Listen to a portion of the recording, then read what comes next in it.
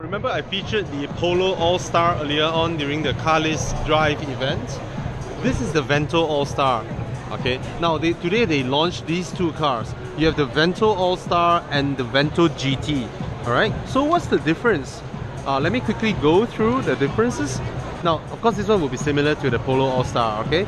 The main differences is that the Vento GT has different disc brakes, rims, larger rims, sport rims, and the whole car looks sportier than this. I think you can see from here, right? This car is more subtle, it's not as sporty as that. Look at the front lip of that car, right? It's very sporty. It has a matte black roof, matte black side mirror, and there is a diffuser at the back and all that, okay? But this one has a rear spoiler as well. It has subtle body kits, very subtle. So this car is like the if this is Mercedes, right, this is elegance that is avant-garde, I know, if you want to understand what I mean. So you have body kits as well. I like this little chrome trimmings here as well, and then the rear lamp looks good, the LED rear lamp. These chrome bits, right, it makes the car look wider than it is. So that's a very nice thing. It makes the car look wider, alright? Let's have a look at the interior. You have leather seats. The good part is that it's contrast stitching. I like contrast stitching leather seats. They look good, okay? And firm and comfortable, I would say. It's firm and comfortable. Yeah, same with the Vento GT. I get 2 fingers of headroom. And adequate knee room. Is not as spacious as a Honda City. I mean, we don't expect a European B-segment sedan to be as spacious as the Japanese one, but the proposition is very different. This car is the type where you can go 120, 130 on the highway without feeling messy with the suspension and all that. The car will be very stable, very quiet, very stable at high speeds basically, okay? So it has different leather seats than the Vento GT. This one is more simpler, and it actually costs 8,000 ringgit cheaper to buy. But basically you're getting sort of the same thing, alright? It has a rear aircon vent, it has a touchscreen panel with USB port, auxiliary, SD cards. There's a flat bottom steering, the metal plates, the sport plates for the brake pedal and the accelerator pedal, and the same gear shifter as someone who bought a Golf GTI, right? That's what you get. And yeah, it's decent. I think the specs are very, very good for what it is and what they charge. Rear aircon vents, and the whole car feels very solid, you know, something that Ford should learn.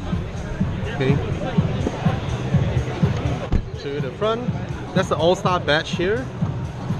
And then manual seats, but it's alright for this segment. Manual seats are alright, okay? But the leather seats are different from that one. Oh, honeycomb! Now I thought of that word. That leather seat is a honeycomb leather seat, alright? So yeah, the interior is decent. It's like any Volkswagen. Everything is very well built, very solid. Nothing fidgets, nothing moves around, you know. Everything is very, very solid. Okay, and now that they have updated the transmission, the engine and all that, it's not the same one as it was back then, right? I think they acknowledged the issue and then they've solved it. Right, so yeah, very nice. The door bins, decent. Oh, a bit hard to reach there. Huh? So yeah, that's the Vento Allstar. Okay, it's a good addition to the lineup. This is 89,000, that is 97,000. That has a lot more bit. Oh, I forgot to mention something. In the Allstar, right, they have a very unique thing. They have this called what? My VW Drive app.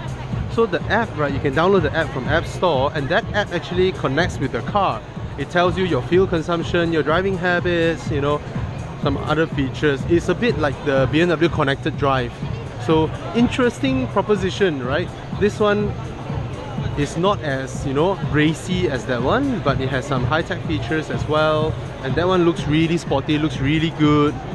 And then there's the beetle at the back there. I think what Volkswagen has done recently is very nice because they thoroughly updated their cars with better specs and all that, and then now all their cars comes with free 5-year warranty and free maintenance service and all that. I mean, let's put it this way, they acknowledge what happened a few years ago, and they've really put down a lot of hard work, and their pricing is very sincere as well. Look at it, look at the pricing, right?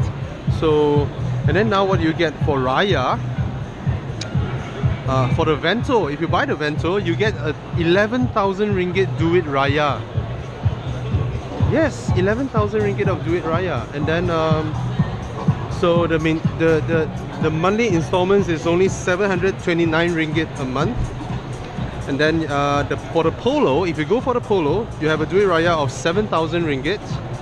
Okay, the Jetta, the Duit Raya is 10,000 ringgit.